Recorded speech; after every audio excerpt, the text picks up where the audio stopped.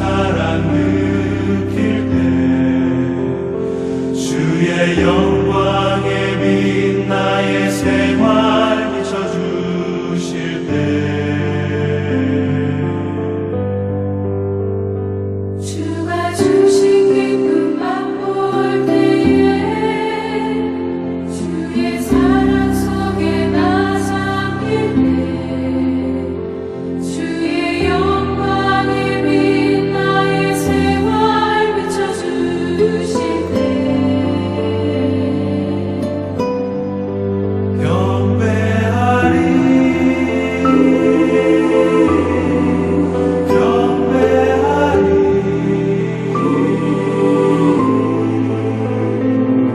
나 사는 동안 주께 경배해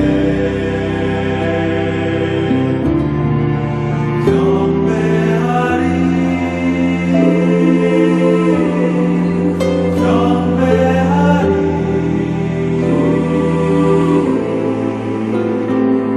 나 사는 동안 주께 경배해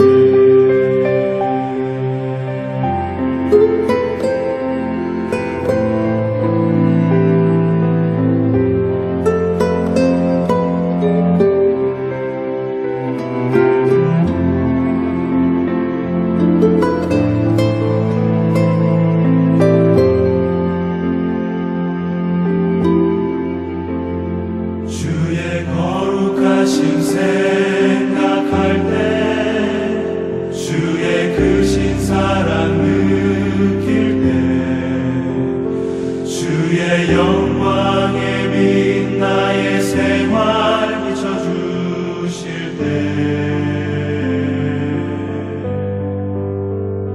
주가 주신 기쁨 맛볼 때에 주의 사랑 속에 나 잠길 때 주의 영광에 빛 나의 생활 비춰주실 때 경배하리 경배하리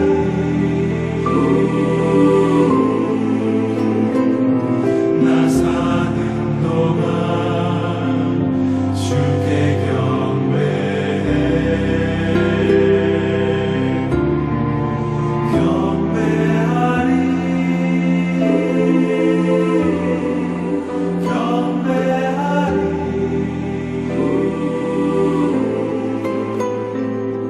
나 사는 동안 주께 경배해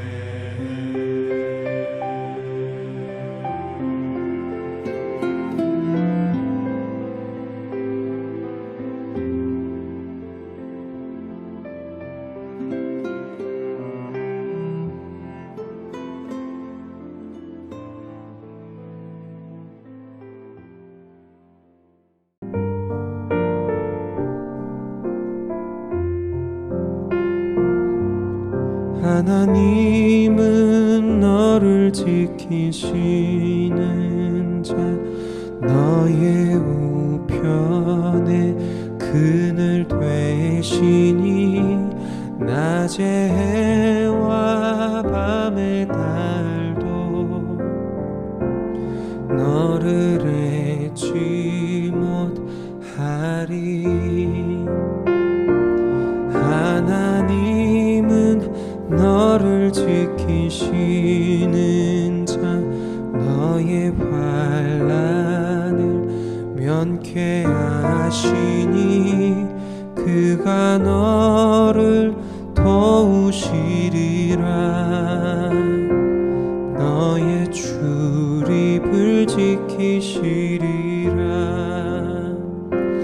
눈을 들어 산을 보아라 너의 도움 어디서 오나 천지 지으신 너를 만드신 여호와께로다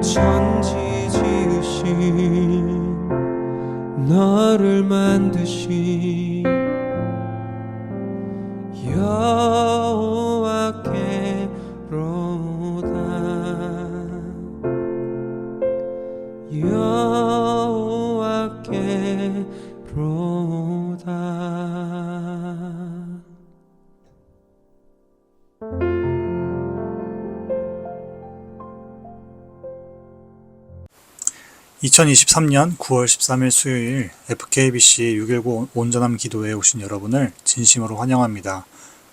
오늘 함께 나눌 말씀은 히브리서 7장 23절부터 28절까지의 말씀입니다.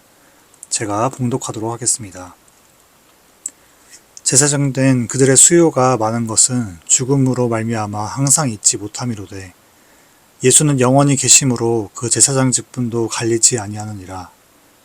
그러므로 자기를 힘입어 하나님께 나아가는 자들을 온전히 구원하실 수 있으니 이는 그가 항상 살아계셔서 그들을 위하여 간구하심이라. 이러한 대제사장은 우리에게 합당하나니 거룩하고 악이 없고 더러움이 없고 죄인에게서 떠나 계시고 하늘보다 높이 되시니라. 그는 저 대제사장들이 먼저 자기 죄를 위하고 다음에 백성의 죄를 위하여 날마다 제사를 드리는 것과 같이 할 필요가 없으니 이는 그가 단번에 자기를 드려 이루셨습니다. 율법은 약점을 가진 사람들을 제사장으로 세웠거니와 율법 후에 하신 맹세의 말씀은 영원히 온전하게 되신 아들을 세우셨느니라. 아멘. 구약 성경에서 하나님을 대언하는 직분은 왕, 선지자, 제사장이 있습니다. 하나님은 각 세 가지 직분을 맡게 된 자에게 기름을 부으셨습니다. 기름 부음을 받은 자는 하나님의 영이 임했음을 상징하고 하나님의 일을 대언했습니다. 그래서 기름 부음 받은 자들에게는 거룩한 책임과 능력이 있었습니다. 히브리서는 대제사장이신 예수님을 본 관점으로 써진 편지인데요. 하나님의 기름 부으심을 받은 대제사장은 어떤 직분을 행했을까요? 대제사장은 하나님과 사람 사이에서 중재하는 역할을 했습니다. 그리고 하나님의 뜻을 알도록 백성들에게 말씀을 전하고 죄 가운데 살아가는 백성들의 죄를 사하기 위해 하나님께 속죄 제사를 드렸습니다.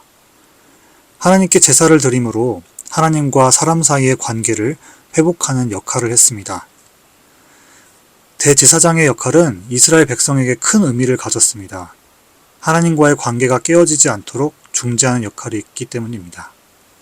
하지만 성경에서 대제사장들이 본연의 직분에 충실하지 못하고 자신의 탐욕을 위해 부와 권력의 눈이 멀어 그들로 인해 이스라엘의 패망, 타국의 종노릇까지 하게 되는 모습을 보여줍니다.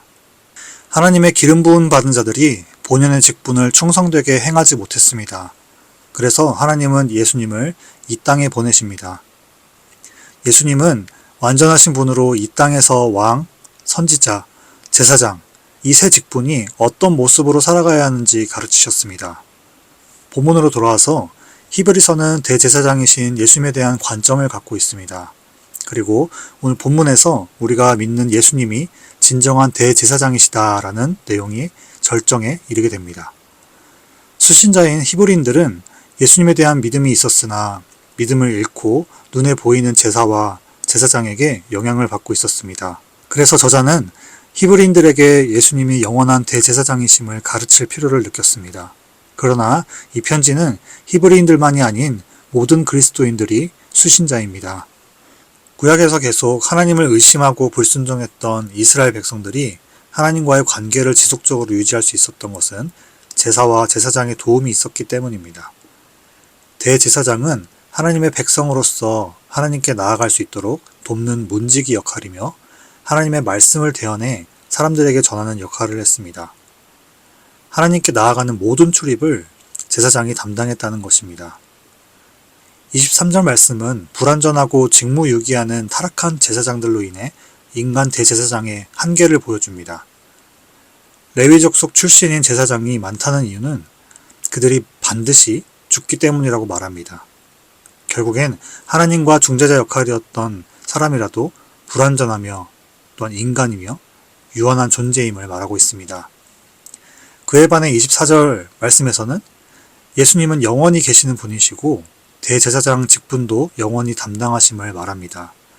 자신들이 믿던 유대교로 돌아가려는 히브리인들이 이러한 사실을 몰랐을까요? 아닙니다. 누구보다 율법에 대한 열심이 있었기 때문에 잘 알았을 것입니다. 그러므로 초기 교회는 율법의 완성이신 메시아이신 예수님에 대해 열심히 가르쳤을 것입니다. 하지만 그들이 신앙을 잃고 유대교로 돌아가려는 이유는 무엇일까요? 그들은 신앙의 지속성을 잃었기 때문입니다. 그리고 영원하신 예수님을 잊었기 때문입니다. 본문 26절부터 28절에는 더 자세하게 인간 대제사장과 영원한 대제사장 예수님을 비교하고 있습니다. 먼저 인간 대제사장은 불완전함을 말합니다. 인간 대제사장은 먼저 자기 죄를 속죄하기 위해 제사를 드린 후에야 백성의 죄를 위한 제사를 드릴 수 있었습니다. 하지만 예수님은 영원하신 대제사장으로서 거룩하고 악과 더러움이 없으시고 죄인에게서 떠나 계시며 하늘보다 높이 되신 분이라 소개하고 있습니다. 또한 날마다 자신의 죄 먼저 백성의 죄를 위해 번거롭게 제사를 드리던 인간 대제사장과 달리 그럴 필요가 없어서 단번에 백성의 죄를 위해 자기를 속죄제물, 희생제물로 드렸음을 말하고 있습니다. 그리고 예수님은 율법과 선지자의 말들을 이루는 하나님의 맹세의 말씀, 언약의 말씀으로 오신 분이심을 밝힙니다. 해당 구절을 통해 인간 대제사장들은 거룩한 족속으로 구별되었지만 이스라엘 역사 속에서 대제사장들의 타락을 목도했듯이 결국엔 그들도 같은 죄인임을 밝힙니다. 한계를 가진 대제사장에 비해 예수님은 완전하시며 거룩하시고 하나님의 언약의 성취이신 분으로서 우리가 믿어야 할 대상이심을 정확하게 얘기하고 있습니다. 가계를 이어받아 제사장직을 이어야 하는 레위 가문과는 달리 영원하신 예수님은 대제사장 직분 또한 영원함을 말하고 있습니다. 히브리서 7장 25절 본문 말씀입니다. 그러므로 자기를 힘입어 하나님께 나아가는 자들을 온전히 구원하실 수 있으니 이는 그가 항상 살아계셔서 그들을 위하여 간구하심이라. 본문 25절 힘입어는 원어로 통하여라는 단어입니다. 본문에서 통한다 라는 단어는 대제사장의 본질적인 역할을 보여주는 듯 합니다. 통한다는 사람이 하나님께 가는 통로 역할을 한다는 것입니다. 대제사장은 브릿지이며 문, 통로입니다. 요한복음 10장에서 예수님은 자신을 양의 문으로 비유하십니다. 양의 문이신 예수님을 통하지 않고 다른 데로 넘어가는 것은 절도이며 강도라 표현하셨습니다. 양의 문을 통과하지 않는다면 우리는 여전히 사나운 짐승들이 있는 곳에 있을 것입니다. 하나님이 계신 성전으로 나아가기 위해 통과해야 하는 문이 바로 예수님이십니다. 우리가 공동체에 속해 있더라도 예수님으로 말미암지 않고서는 하나님의 은혜를 받을 수 없다는 것입니다. 우리의 말과 행동이 예수님을 통하여서 나가고 들어오지 않는다면 하나님의 생명, 하나님의 기쁨은 없는 것입니다. 우리의 착한 말로 섬김의 근원이 구원의 은혜가 없다면, 어떠한 행실도 예수님의 이름으로 행하지 않는다면, 궁극적으로는 영원하신 하나님의 도우심과 하나님의 통치가 없다는 말입니다. 또한 본문 25절에서 나아가다는 동의하다, 따르다, 가까이 가다라는 의미를 가집니다. 나아가다의 헬라어 언어와 같은 단어가 쓰인 본문은 산상수훈을 말하시는 산 위에 예수님께 제자들이 나아감을 말합니다. 또한 마리아가 예수님의 가르침을 듣기 위해 예수님의 발치 아래 나아감을 말하고 있습니다. 사도행전에서 모세가 떨기나무에 나아가는 모습에서 또한 기록되었습니다. 하나님께 나아감은 하나님의 보좌가 있는 곳, 하나님의 통치가 있는 곳을 말합니다. 하나님의 보좌와 통치가 있는 곳은 하나님의 나라의 모델을 상징하는 에덴 동산을 보면 알 수 있습니다. 하나님의 보좌와 통치가 있는 곳에는 하나님의 다스림과 평강이 있습니다. 하나님의 보좌에서는 생명의 강이 흘러넘쳐 많은 열매들이 과실을 맺고 회복과 충만, 그리고 하나님의 안식이 있는 곳입니다. 하나님의 보좌와 통치, 다스림이라는 곳은 온전히 절대적으로 라는 의미로 레위 가문의 제사장직으로는 결코 이룰 수 없는 구원의 완성이 있는 곳을 말하고 있습니다. 영원한 대제사장이신 예수님만 통해서만이 갈 수 있다는 것입니다. 이것이 우리에게 주는 메시지가 무엇인가요? 우리가 오가는 모든 목적지가 하나님의 통치가 있는 곳으로 향한다는 것을 기억해야 한다는 것입니다. 우리가 밟는 모든 곳이 하나님의 다스림 아래에 있습니다. 그러므로 그 안에서 내 감정과 생각대로 사는 것이 아니라 어디서든지 하나님의 통치가 있는, 하나님의 통치에 있는 그곳에서 살아가고 있다는 것을 히브리서 기자가 상기시키고 있는 것입니다. 마지막으로 본문 25절에서 그 예수님은 항상 살아계셔서 예수님은 우리가 하나님께 나아가기 위해 하나님과 우리 사이에서 우리를 위해 간구하는 분이십니다. 라고 말합니다. 간구하다는 하나님 앞에서 우리의 구원을 위해 변호, 보증하신다는 의미를 갖습니다. 오늘 6.19 온전함 기도의 찬양 중 하나였던 하나님은 너를 지키시는 자의 가사 중 너의 출입을 지키시리라 라는 가사를 기억하시나요? 우리의 모든 출입을 지키시는 예수님은 우리가 하나님께 나아갈 때 문 앞에서 우리를 중보해 주시는 분이십니다. 예수님의 간구는 항상 너희와 함께 있으리라 하신 임마누엘 예수님을 기억하게 합니다. 내 처지, 믿음의 고백들을 내 옆에서 보증해 주시는 예수님의 함께하심은 우리의 믿음의 평강을 허락하십니다. 예수님은 우리가 하나님의 임재에 나아갈 때 우리를 보증해 주십니다. 예수님의 간구는 영원하신 대제사장이신 예수님이 단번에 자신을 들여 우리를 죄에서 깨끗하게 하셨음을, 그리고 우리가 하나님 앞에 나아갈 자격이 있음을 영원히 보증해 주신다는 것입니다. 오늘 본문의 절정은 어제 본문 20절과 오늘 본문 28절에 나온 맹세에 대한 부분입니다. 맹세는 누가 한 맹세인가요? 이 맹세는 하느님의 맹세입니다. 다른 말로 언약이라고도 하지요. 하나님의 언약에 대한 확증, 표징인 예수 그리스도. 예수님을 통해 구약에서 율법과 선지자들을 통해 예언되었던 예수님이 확증되었음을 말합니다. 창조주, 모든 만물의 주관자, 심판자이신 하나님께서 한낱 피조물인 인간과의 약속을 하시고 그 약속의 결과로 예수님을 보내심으로 하나님의 약속의 성취이심을 나타내셨다는 것입니다. 여러분, 이 위대하신 하나님의 언약의 성취를 가벼이 여기지 않기를 축복합니다. 예수님은 하나님께서 자신의 백성들을 구원하시고 백성으로 삼으시기 위해 오래전부터 많은 믿음의 선조들에게 약속해오신 언약의 말씀을 이루셨습니다. 그 예수님은 영원하시며 죄가 없으시고 거룩하고 완전하신 분이십니다. 그러므로 우리는 오늘 하루도 하나님의 임재와 통치 가운데 살도록 간구해야 합니다. 하나님의 임재와 통치에는 하나님만이 주실 수 있는 안전함이 있습니다. 그곳으로 우리는 예수님을 통해서 들어갈 수 있습니다. 인생은 버겁고 힘들지만 하나님의 통치가 있을 때 그 안에서 하나님의 뜻과 기쁨을 발견하게 됩니다. 하나님은 공동체를 주심으로 하나님의 위대하심, 하나님의 놀라운 은혜와 사랑을 알게 하셨습니다.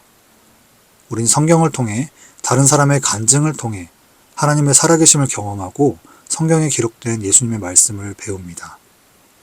하지만 그것이 나의 믿음이 되지 않는다면 어떻게 될까요? 즉 예수님을 통하지 않고 다른 사람들을 통해서만 하나님을 알면 어떤 결과가 있을까요?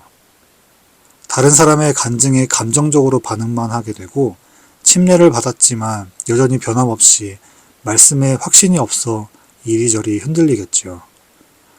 그런 성장이 없는 어린아이 신앙이라면 우리도 언제든지 유대교로 돌아간 히브리인들과 같이 될 것입니다. 우리는 익숙함의 편안함을 느끼고 적응하게 됩니다. 익숙함은 우리를 수동적인 태도가 되게 합니다. 히브리인들이 이전에 지켜왔던 믿음과 신앙의 환경들은 이미 그들에게 익숙해졌을 것입니다. 예수님이 영원하신 분이라는 사실을 믿게 되었더라도 그동안 붙잡아온 지식, 관습, 전통들과 계속 부딪혔을 것입니다. 우리도 다르지 않습니다. 우리는 하나님 안에서의 안식을 추구하지만 안일함이라는 위험을 경계하지 않습니다. 이 익숙함은 자만과 나태, 게으름을 낳게 합니다. 그래서 우리는 구원에 대한 감격과 고백을 처음 한 번으로 끝내면 안 됩니다. 하나님의 은혜에 대해 익숙하게 여겨서는 안 됩니다. 예수님을 통해 구원받은 고백이 매일 평생 이어져야 합니다. 이것이 신앙의 지속성이지요. 그리고 매일 하나님의 은혜에 대해서 세밀하게 느끼고 기록하며 고백해야 합니다. 오늘 말씀을 3가지로 정리하며 마무리하려 합니다. 먼저는 우리는 완전하신 예수님을 바라봐야 합니다. 예수님은 창조주, 만물의 주관자이신 하나님의 언약의 말씀의 성취이신 분이십니다. 변하지 않는 약속을 성취하신 하나님을 신뢰합시다. 불완전한 사람, 공동체에서 마음의 위안을 얻고 소망을 두는 어린아이 신앙에서 다음 단계로 나아가야 합니다. 우리가 놓지 말고 꽉 붙들어야 하는 믿음의 대상은 영원하신, 완전하신 대제사장이신 예수님을 붙들어야 합니다.